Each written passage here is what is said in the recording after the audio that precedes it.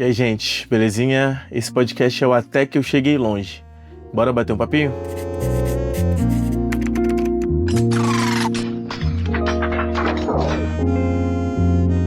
Por muito tempo, desde a minha adolescência ali, eu vivia falando uma frase que é a seguinte: eu não quero ser rico, eu não quero ser milionário, tudo que eu quero é conseguir viver confortavelmente. E levando em consideração os gastos que eu tenho e as coisas que eu quero, aparentemente, para eu viver confortavelmente, eu tenho que ser rico. Vamos começar aqui falando sobre o que venderam pra gente como conforto. Sobre conforto ser ter uma praia foda. Sobre conforto ser sobre ter uma casa legal, ser sobre ter uma família maneira, ser sobre ter um carro legal, ser sobre fazer algumas viagens por ano, ser sobre poder comer o que você quiser, quando você quiser, e ter que poder fazer alguns gastos ali, talvez até supérfluos, sem ter que microgerenciar cada mini detalhe financeiro. Isso talvez seja a ideia de uma vida estável e tranquila, não ter que se preocupar tanto assim com o amanhã. E a fórmula que eles deram pra gente chegar nesse lugar tão prometido, era muito simples. A fórmula era basicamente essa: estudar, trabalhar, conquistar e aí viver bem. Não sei exatamente quando eu percebi que essa promessa não era real, não sei se foi quando eu saí do ensino médio ali, ou se no momento em que eu ainda estava no ensino médio no meu terceiro ano, mas eu sei que em algum momento eu percebi que existia uma desconexão entre essa promessa e a realidade. E foi ali que eu comecei a perceber que esse lugar gramado e limpo assim, verde como o mar, cercas brancas e uma seringueira com balança, estava bem longe de ser algo factível. E aí que a gente começa a nossa jornada, né, de vida adulta, onde ou a gente vai ficar puto com isso o resto da vida e vai tentar mudar isso da melhor forma possível, ou a gente vai entrar no piloto automático e entender que, se pá, tudo isso era sonho mesmo e que não tem como chegar lá. Então essa frustração pode ser silenciosa dentro do seu peito, ou você vai fazer questão de falar pra todo mundo que essa frustração não é só sua, que ela é muito parecida pra quem tá perto de você. E aqui eu não vou fazer juízo de valor não, tá? A forma como você lida com as coisas que te afetam é somente sua. Eu sei a forma que eu lidei e não foi vou mudar isso pra todo mundo. Foi vamos entrar no piloto automático, já que isso é vida. Acho que foi mais ou menos nessa época que eu ouvi uma palavra que eu nunca tinha ouvido, que é a meritocracia. E eu lembro que já nos primeiros conceitos desse termo, eu já me senti completamente enjoado com o abismo que existia entre esse conceito e a realidade. A meritocracia, e aqui eu vou me arriscar, tá sendo didático demais na fala, mas talvez alguém não saiba exatamente o que é, se baseia muito nesse conceito do você corre atrás, você se esforça, você estuda, você trabalha, e aí você chega nesse lugar que já é seu por direito, por ter se esforçado o suficiente. Então a meritocracia basicamente está falando para você que tá exatamente onde você tá, que trampa, que estuda, que às vezes não dorme direito, que não consegue comer direito, que fica às vezes 5, 6 horas de baldeação por dia no trânsito, que você não está se esforçando o suficiente. Então, talvez por ser um conceito muito simples, ele é um conceito muito vendido, muito aceito, mas também muito fácil de derrubar. Porque a meritocracia ignora a origem, ela ignora as oportunidades, ela ignora o contexto, seja ele social, seja ele racial, seja ele de gênero ou de qualquer outra questão social. E ela ignora um dos fatores que, pra mim, Jota, é um dos fatores mais importantes, que é sorte, mano. É muito ruim você falar pra alguém que chegou lá tendo batalhado tanto que batalhou, que ela tem sorte. Mas, eu sinto muito, você tem que admitir que, se pá, você deu sorte. E várias dessas oportunidades você deu sorte. O que você fez com essa oportunidade é mérito seu. Mas você não pode culpar as outras pessoas por não terem tido a mesma oportunidade que você. E aqui eu vou trazer uma parada que eu tô pensando há bastante tempo e que eu já até trouxe no primeiro episódio, que é a parada do que é o sucesso. Vamos supor que a gente teve mérito, sim, e que a gente teve ali a nossa parcela de sorte, que independente do contexto, independente da origem, independente de todas essas coisas, a gente conseguiu finalmente chegar lá. Onde que é o lá? Sucesso é ter uma família? Ou sucesso é ter grana? Sucesso é conseguir gastar essa grana da melhor forma possível? Então, sucesso é conseguir gastar com supérfluos? Ou sucesso é nunca mais passar fome? Às vezes, sucesso é conseguir ir pro trabalho? Ou sucesso é conseguir um trabalho? É muito difícil metrificar o que é o sucesso, porque o sucesso varia de pessoa para pessoa e depende muito do contexto onde você está inserido. Quando você está na merda, o mínimo do mínimo pode parecer algo fenomenal, porque você meio que não tem nada. E aí eu lembro muito daquela historinha do ator que ele quer ganhar um Oscar, e aí ele batalha, ele trabalha, ele estuda mais do que todas as pessoas ao redor dele, ele pega todos os filmes que ele consegue, e em algum momento alguém percebe que ele é bom, sorte, em algum momento essa pessoa chama ele para trabalhar, sorte, e ele trabalha muito bem nesse filme, mérito, e por esse mérito a academia chama ele para lá, e ele ganha esse Oscar. E agora? Tipo, quando você chega nesse lugar que você talvez saiba exatamente onde é, e agora?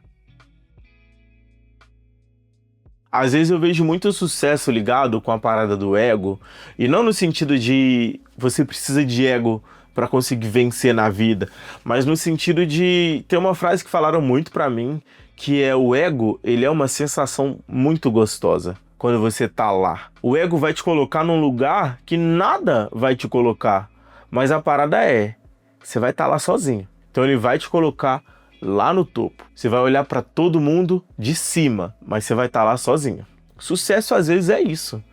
Tipo, você vai chegar no lugar onde você achou que queria chegar, independente de tudo que você gastou no caminho, de tudo que você sacrificou no caminho para poder chegar lá. E agora que você chegou lá, o que você faz? Você vai bancar essa solidão?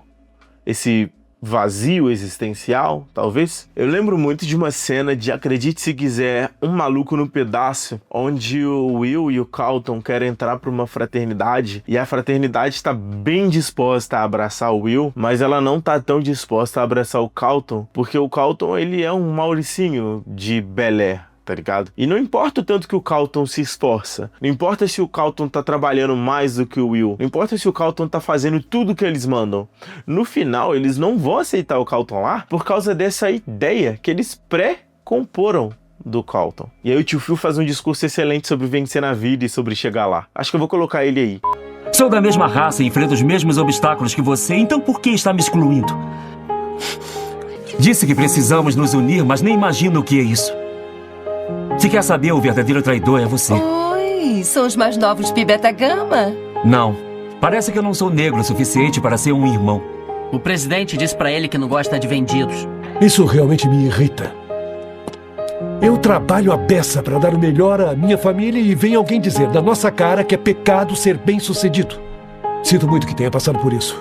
Afinal, quando é que nós vamos acabar com a inveja? Mas o discurso ele é mais ou menos sobre o fato dele ter lutado a vida dele inteira, dele ter batalhado a vida dele inteira, dele ter conseguido finalmente chegar em lugares onde ninguém tinha conseguido chegar antes e de com os próprios braços ele ter aberto espaço no meio dessa multidão para conseguir chegar num lugar de destaque onde ele finalmente vai conseguir ganhar a grana necessária para estar vivendo confortavelmente. E aí quando ele chega lá, as pessoas começam a culpar ele exatamente por ter chegado lá. E aqui eu, de novo, me arrisco a estar sendo piegas demais e talvez estar sendo até romântico demais ou talvez narrativo demais. Mas eu acho que a gente tem que entender que sucesso não pode ser diferente de viver. É necessário que a gente redefina alguns conceitos para que a gente não fique tão frustrado assim quando a gente chegar lá ou se a gente não chegar lá. Eu falo muito sobre isso num vídeo para as redes sociais que eu fiz, onde eu traço um paralelo entre uma coisa que a Jute disse no episódio e uma coisa que o Joe Gardner fala naquela animação do Soul. O Joe tá perguntando para uma mestre do jazz o que eles fazem agora. Porque o sonho da vida dele era tocar ali, era tocar com uma banda, era estar num jazz club, era estar sendo celebrado, era estar sendo contemplado, era poder tocar piano da forma como ele acha que nasceu para tocar. E agora que ele conseguiu tudo isso, o que ele faz? E a mulher fala pra ele, a gente volta amanhã e faz tudo de novo. E ela percebe na cara dele a frustração de quem conseguiu chegar no lugar do sucesso. E percebeu que não é só isso que é o importante. E ela faz todo aquele discurso do peixe que eu vou deixar aqui. Você faz 100 shows e um é matador. Hoje foi impressionante. Então, o que vem agora? A gente volta amanhã à noite e faz tudo de novo. O que foi, Joe? É que eu venho pensando nesse dia faz... Bom, a vida inteira. E eu achei que ia ser diferente. Tem uma história sobre um peixe. Esse peixe foi até um ancião e disse: tô procurando um negócio, um tal oceano. O oceano? O ancião falou. Você está no oceano. Isso, disse o peixinho. Isso aqui é água. O que eu quero é o oceano.